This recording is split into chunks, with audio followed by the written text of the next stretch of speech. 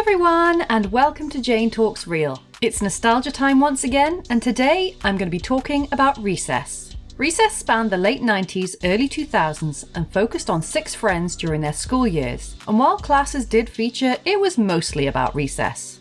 TJ was the prankster main character who always wore a backwards cap like he's Ash Ketchum, and he was the sort of leader of the group. Spinelli was my favourite as she, like me at that age, was a tomboy. She was super tough and often threatened the other kids to get what she needed. Vince was the jock of the group, always seen wearing a basketball outfit and was sort of second in command.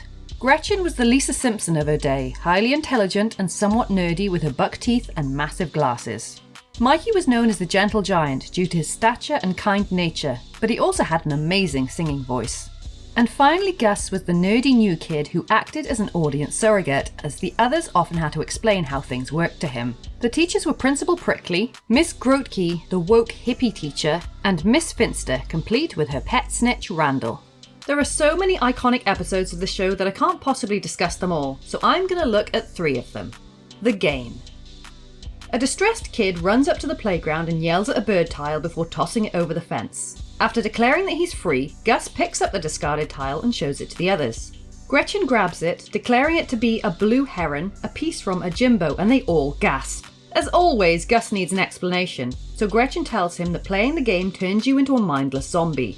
TJ says not to worry and tosses it in the hole of the Digger twins, who after school go to buy more and start playing. More people join in and Mikey freaks out. The others say it's fine, but one of the Digger twins is completely distraught that he lost the game. And even Upside Down Girl is right side up in order to play it.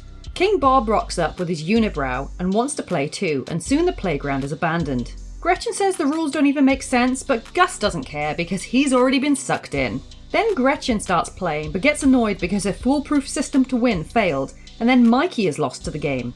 TJ, Vince and Spinelli go to try to talk some sense into the kids, but Spinelli accidentally gives herself a win and gets into the game. Before long, Vince decides to see what all the fuss is about, leaving TJ all alone to play kickball.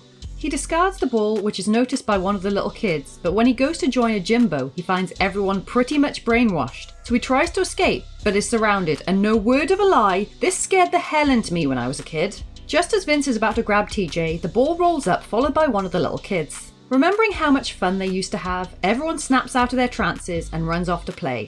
TJ tosses the last tile away, which is picked up by another 2 kids. The ratings game. Just before they run off to play a game, one of the Ashleys gives the group a pink envelope each, but tells them they can't open it until she says so. The Ashleys have given an envelope to every kid in school and tells them that there needs to be more social structure around here. They say to open the envelopes, which contain numbers dictating how much people are worth. Randall is dejected that he's a 1, and a kid rated 4 asks if there's anything he can do to improve his score. The Ashleys just laugh at him and send everyone away. The group doesn't care about their ratings until another kid refuses to play with them because their numbers are lower than his. The Digger twins are rated differently, so they separate, and everyone is wandering around trying to find people with the same rating.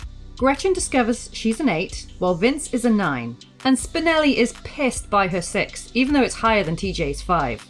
Mikey is landed with a 1, while Gus gets a 0, even though the scale isn't supposed to go that low. Realising he's the highest, Vince stomps off to be with the other 9s, and Gretchen goes to find the other 8s. The 8s mock her, while Vince finds the 9s to all be nerds, and Gus talks to the birds because there are no other 0s. Sick of this, TJ goes to King Bob, but he won't talk to him because his rating is too low. TJ yells at him and is immediately reduced to a 4. He throws his hat down in frustration and gets reduced to a 2. Gus and Mikey leave him before things get worse, and Ashley announces that TJ is now -3, and anyone who gets too close to him will get their number reduced too. TJ grabs the microphone and tries to appeal to the rest of the kids, but his friends are the only ones who respond, making them all automatic -5s. Seeing how everyone is miserable in their numbered groups, TJ comes up with a plan and gives everyone new ratings, all the same and all 10s, including Randall, and they all go play dodgeball. King Bob misses the point though, and adds his 2 numbers together, declaring himself the best. Gus's fortune.